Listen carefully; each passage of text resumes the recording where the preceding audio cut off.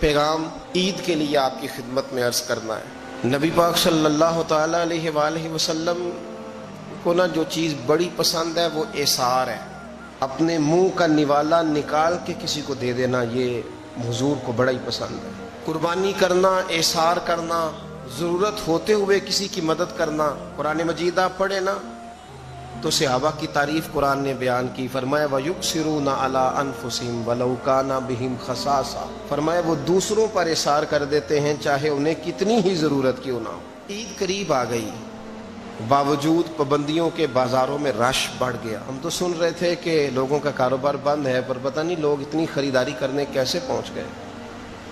لیکن کچھ لوگ ایسے بھی ہیں جن سے میں نے دبے لفظوں میں پوچھا کہ سوٹ سلوا لیا ہے، تو انہوں نے جب یہ کہا نا کہ دکانیں ہی نہیں صحیح طریقے سے کھلی، تو وہ نا ان کی جھکی جھکی آنکھیں بتاتی تھیں کہ دکان پہ جانے کے پیسے کوئی نہیں پاس۔ ایک شاعر تھا تو وہ کہتا ہے کہ میں کھلونوں کی دکان کے پاس سے گزرا، میں بھی ساتھ تھا، میرا بیٹا بھی اور میرا پوتا بھی۔